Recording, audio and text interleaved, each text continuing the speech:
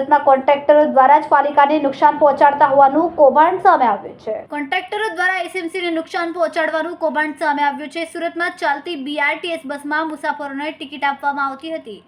Transportation chairman દ્વારા વિજિલન્સની ટીમને સાથે રાખીને બસમાં ચેકિંગ કરવામાં આવી.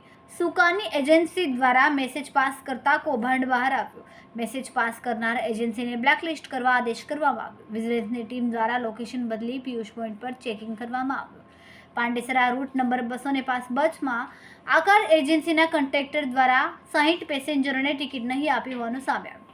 ટ્રાન્સપોર્ટેશન ચેરમેન સોમનાથ મરાઠે અને વિજિલન્સની ટીમ દ્વારા ફાઇન આપીને બ્લેકલિસ્ટ કરવામાં આવ્યું અને મેસેજ વાયરલ કરનાર મેનેજરને બ્લેકલિસ્ટ કરવા આદેશ આપવામાં આવ્યો.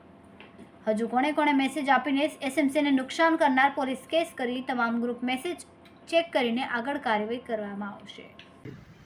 નમસ્કાર. ટ્રાન્સપોર્ટ કમિટી અધ્યક્ષ સુરત મહાનગરપાલિકા સોમનાથ મરાઠે.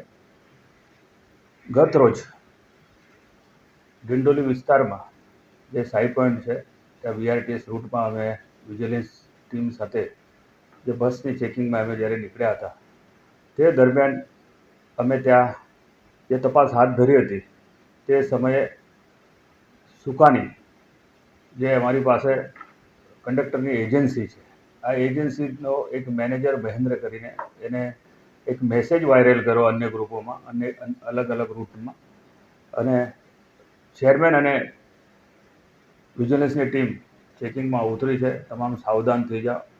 તો અમને જ્યારે મેસેજ મળ્યો ભાઈ આ લોકોને મેસેજ એને વાયરલ કર્યો છે, તો અમે સ્થળ ચેન્જ કરીને પાંડેસરાના પિયુષ પોઈન્ટ પર અમે ઊભા રહ્યા. ત્યાં 205 નંબરની બસ આવી અને ત્યાં આ બસની અંદર આકાર એજન્સીનો જે કંડક્ટર અમને જે બસમાં પકડાયો એને 60 જે પેસેન્જર ગાડીમાં હતા એને એકને પણ ટિકિટ ના આપી હતી. તો મશીન ખરાબ છે. વિજિલન્સ ટીમને અમે ગાડી ઊભી રાખીને તમામ આ મશીનની ચેકઅપ કરાવ્યું, ચેકિંગ કરાવી ત્યારે આ મશીન ચાલુ હતું. તો આવી રીતે આ કંડક્ટરો જે ચોરી કરી રહ્યા છે, અગાઉ પણ આકાર અને સુકાની એની સામે અમે કાર્યવાહી કરવા માટે અગાઉ પણ અમે જાણકારી આપી હતી. અને ગત રોજ જે ઘટના બની છે આ કંડક્ટરને અને જે મેનેજરને અમે બ્લેકલિસ્ટ કરવા માટેની બી સૂચના આપી છે. અને જેને મેસેજ વાયરલ કર્યો છે, કયા ગ્રુપમાં એને મેસેજ વાયરલ કર્યો છે એમને પણ એની બી તપાસ થાય અને એમની ઉપર કાર્યવાહી થાય.